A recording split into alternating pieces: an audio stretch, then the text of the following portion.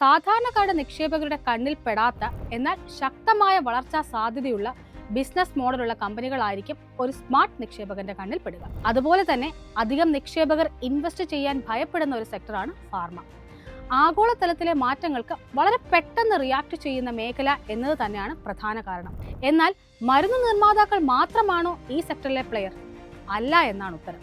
ഒരുപക്ഷെ കോവിഡിന് ശേഷമായിരിക്കും കൂടുതൽ നിക്ഷേപകർ ഈ സെക്ടറിലേക്ക് ശ്രദ്ധ തിരിച്ചതും കൂടുതൽ കമ്പനികൾ ഈ മേഖലയിലേക്ക് എത്തിയതും. ബയോടെക് മുതൽ മെഡിക്കൽ കോഡിംഗ് വരെയുള്ള കമ്പനികൾ ഈ സെക്ടറിൽ ഉൾപ്പെടും. ഈ സെക്ടറിൽ അധികം ലൈംലൈറ്റ് ലഭിക്കാത്ത ഒരു ന്യൂജൻ കമ്പനിയുണ്ട്. ബയോഫാർമസ്യൂട്ടിക്കൽസ്, ബയോടെക്, മെഡിക്കൽ ഡിവൈസസ് നിർമ്മിക്കുന്ന കമ്പനികൾക്ക് അവരുടെ ഉൽപ്പന്നങ്ങൾ വിപണിയിൽ എത്തിക്കാനും കൂടുതൽ എഫിഷ്യന്റായും കാര്യക്ഷമമായും ഇന്നവേറ്റീവുമായ രീതിയിൽ അവയുടെ സ്വാധീനം വർദ്ധിപ്പിക്കാനും സഹായിക്കുന്ന ഒരു കമ്പനി. ലൈഫ് സയൻസ് മേഖലയിൽ ഡിജിറ്റൽ വിപ്ലവം സൃഷ്ടിക്കുന്ന ഒരു കമ്പനി.